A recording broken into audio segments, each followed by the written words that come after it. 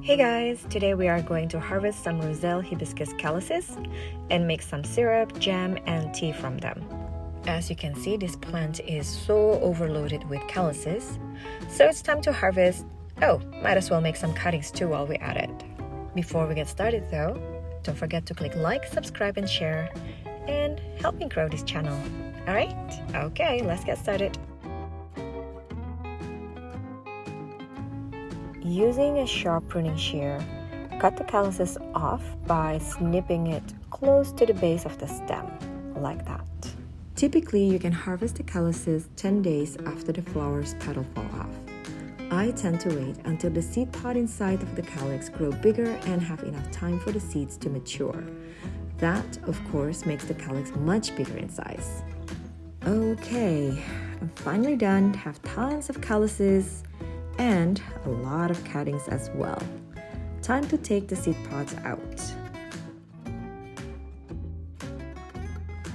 Method number 1. Use a paring knife to take the seed pod out. The result is a nice and intact calyx, perfect for presentation for tea or candied hibiscus. Keep the seed pods if you plan to collect the seeds later. Using the pointy end of the knife, make a circular cut around the stem. By the way, I recommend wearing gloves to avoid red stain on your fingers. You may need to make the circular cut twice just to make sure the cut go all the way through to the seed pod. And then push the seed pod out carefully.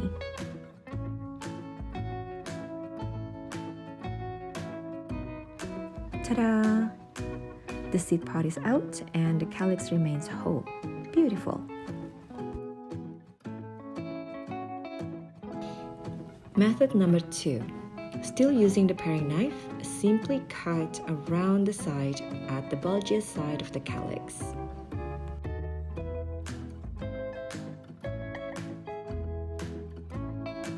And once you make a full circle, ta-da! It's very easy to separate the seed pod and the calyx, and you still get a nice shape. Method number 3. Similar to the previous one, but you first make a vertical cut to open the calyx. And this actually will make a much easier pod removal.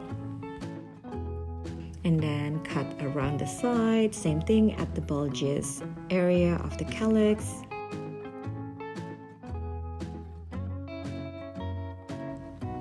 And there. If you don't worry so much about the shape, then you can do this or simply rip apart the calyx off the seed pod. Last method, number 4. If you have a metal boba straw or anything cylindrical, rigid with the diameter about ½ an inch, you can use it to push the seed pod out. Hold the calyx securely to apply enough pressure to dig into the base. You might need to put some muscles into it. The bigger the calyx, the thicker the base. Now change to hold it from the side when you feel the seed pod is getting pushed out.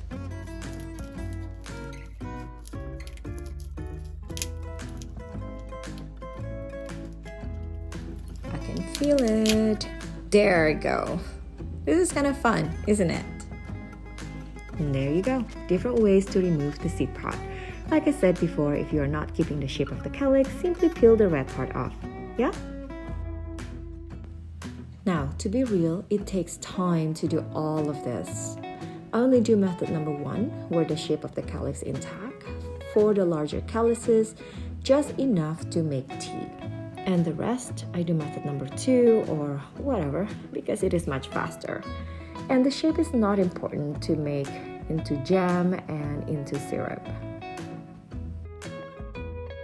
Next step is to wash and dry. Make sure to wash the calyces thoroughly. I repeat washing this at least 2-3 times. And try not to play with your food because it's just going to prolong the process.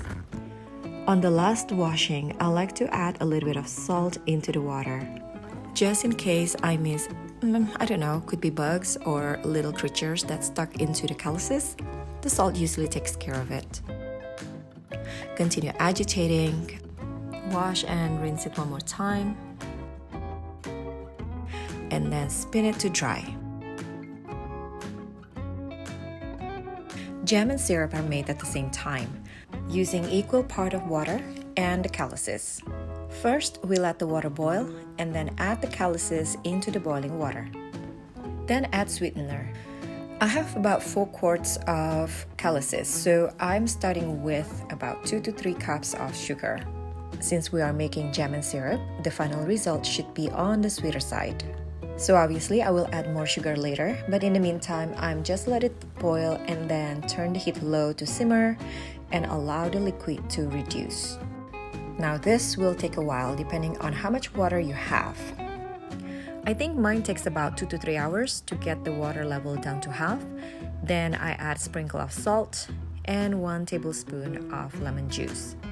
At this point, you can add additional herbs into the mixture. For example, Jamaicans like to add cloves into the hibiscus. I just keep mine basic and simple. I can always add herbs later on upon serving. Alright, one last stir to check the consistency of the mixture. It looks like it's getting thick enough, and the calyx has softened and breaks down.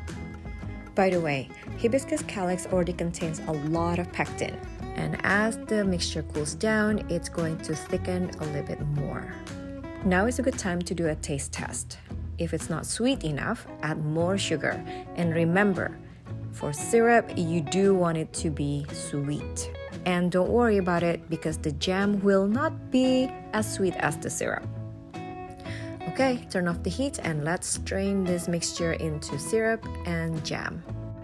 Once you have strained enough moisture out of the hibiscus, then it's time to put them into their respective containers. Just a quick note right here, make sure you sterilize the jar and the bottle before you fill them in. Alright, let's move on to making tea. Preheat your oven to the lowest temperature. For us, it's just warm. Next, lay out the calyces on a cookie sheet lined with parchment paper. Make sure to arrange them in one layer. And then put them in the oven. And that's it. Just leave them alone until all the calyces are dried up completely. Drying this in the oven can take a long time. Mine take about 8 to 10 hours. Once they're done, and I do keep checking them periodically, making sure everything is alright. You can tell when they're completely dry because they really feel light and crispy. And when they're ready, take them out of the oven and let them cool down before you store them in an airtight containers.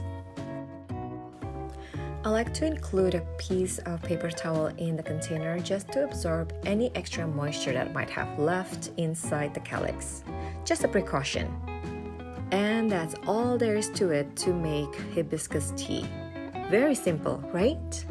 And now that you understand the process, you can actually make all 3 of them at the same time. I usually start with boiling the water, put the calyx in, and then prepare hibiscus for tea, put them in the oven, and then go back again to making the jam and syrup all the way until I'm finished, and then clean up, then coming back 8 hours later, open up the oven and finishing up with hibiscus tea. Okay, for real guys, that's it. Processing hibiscus from harvesting, washing, and making tea, syrup, and jam. And I hope you enjoyed the presentation. If you do, please don't forget to click like, subscribe, and share, and help me grow this channel. Thanks again for watching.